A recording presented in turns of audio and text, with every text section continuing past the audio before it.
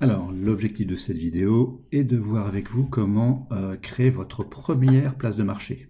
Donc, on va aller sur place de marché. On va demander éventuellement de voir les marchés existants. Donc, sachant que vous démarrez avec cette interface, normalement, vous n'avez pas de marché. Donc, vous allez avoir 5 possibilités de création de place de marché. Donc là, je vais simplement faire ajouter ici ou ajouter ici un nouveau marché. Alors, à partir de là, Marketpresso vous propose deux choix, soit des prestations de services, soit des produits. Dans l'exemple que je vais vous donner, qu'on va faire ensemble, je vous propose des formations en ligne, donc je vais être sur les prestations de services. À partir de là, il me demande le nom de ma place de marché. Donc je vais l'appeler formation, non pas formation bureautique, je vais l'appeler formation en ligne par exemple, ou formation numérique par exemple. Formation numérique, ok. Et je vais lui donner directement une URL. Je vais mettre formation numérique en un seul mot. Voilà. Donc il m'indique qu'elle est disponible. On verra par la suite pour éventuellement personnaliser avec votre propre nom de domaine. Donc je sauvegarde cette place de marché. Il faut savoir que cette place de marché est instantanément disponible dès sa création. Donc par contre avec très peu de choses à l'intérieur, puisqu'on n'a pas encore créé de catégorie de formation, on n'a pas encore créé de produit ni de service.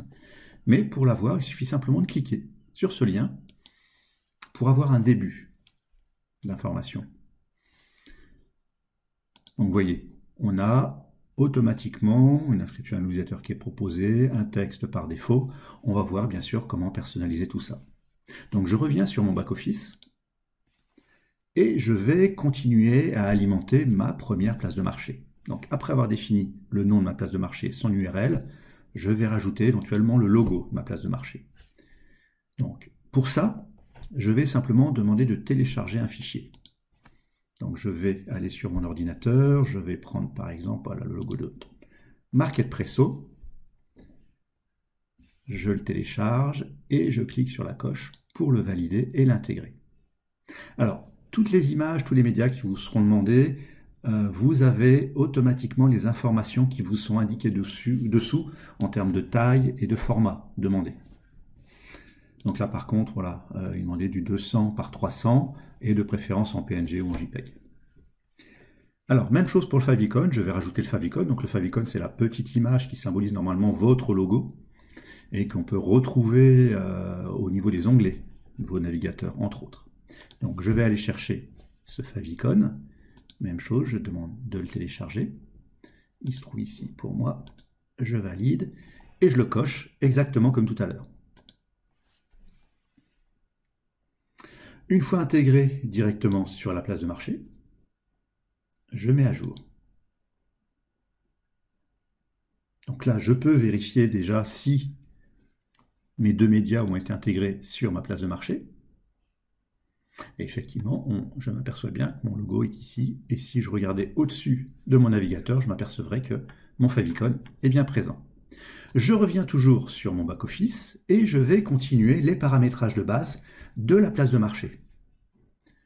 À partir de la place de marché, je vais passer sur les paramètres de la page. Et une des premières choses qu'il va falloir penser, c'est définir des catégories de produits ou de services. Donc comme moi, ce sont des services, je vais automatiquement avoir par exemple des formations bureautiques. Donc je vais être en formation bureautique, une première catégorie. Alors la description, je vais prendre... voilà, je vais faire un copier-coller de texte que j'avais déjà. Donc ça va aider l'internaute à mieux choisir. Donc formation bureautique ou apprendre à maîtriser l'ensemble des potentialités des logiciels usuels, etc. Je rajoute une image pour valoriser le service que je propose. Donc même chose, je vais aller chercher une image que j'ai directement sur mon ordinateur. Alors pour de la bureautique, je vais choisir cette image. Je l'intègre et je la coche. Voilà. Donc là, j'ai une première catégorie, je sauvegarde et je la découvre automatiquement intégrée ici.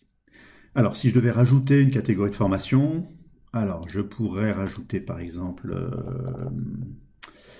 non, on ne va pas rajouter formation bureautique, je mettrais par exemple formation marketing. En description, je n'en ai pas encore. Alors, qu'est-ce que je pourrais mettre? Les formations en marketing. En marketing. Et je mets 3 petits points. En termes d'image, j'ai pas dû penser à une image. Donc, je vais juste rajouter une image quelconque que je dois avoir ici. Voilà, par exemple, je prends le training. Et je l'intègre instantanément. Et voilà, cette image est trop grande. Donc là, voilà, c'est un exemple. Je n'ai absolument pas respecté ce qui était préconisé. Il refuse l'image, ce qui est logique. Donc je vais prendre une image plus adaptée. Passe-partout. Donc je retourne ici et je sais que par exemple, voilà, cette image, elle va passer. Je pense... Non. Si. Alors, et je la valide. Donc l'idée, c'est de vous montrer en fait la création de 2 catégories dans un premier temps. Et je sauvegarde. Donc, nous avons fait notre place de marché. On commence à créer des catégories pour justement répartir les produits ou les services au sein de ces catégories. Et je vais commencer aussi à travailler les mots-clés. Les mots-clés, ça va permettre finalement à l'internaute de se retrouver sur le site, mais aussi au moteur de recherche de nous trouver. Alors, le nom de la balise, ça va pouvoir être par exemple formation bureautique, et je pourrais reprendre par exemple voilà, la description de tout à l'heure. Je sauvegarde. Et je pourrais faire aussi formation marketing et donner une définition, une description sommaire pour l'internaute. Alors, la personnalisation de la page, on y reviendra tout à l'heure. Ça demandera une vidéo à part entière. Le CNM, ça va être essentiellement si vous voulez utiliser votre propre nom de domaine. Plutôt que de pointer sur le nom de domaine par défaut que je vous propose, vous pourriez avoir votre propre nom de domaine. Donc là, je vous invite à vous rapprocher de votre fournisseur d'accès pour qu'il vous donne finalement les infos à ce sujet. La devise, indispensable de définir la devise dès le début. Donc par défaut, on est en dollars, je vais passer directement en euros et je vais mettre à jour. Une fois que c'est fait, on va passer aussi maintenant aux autres réglages. Les autres réglages vont finaliser finalement le début de la conception de la place de marché. Alors, quand je suis sur les autres réglages, alors, voilà, il nous propose d'adjoindre un blog à notre place de marché. Je vous l'encourage vivement.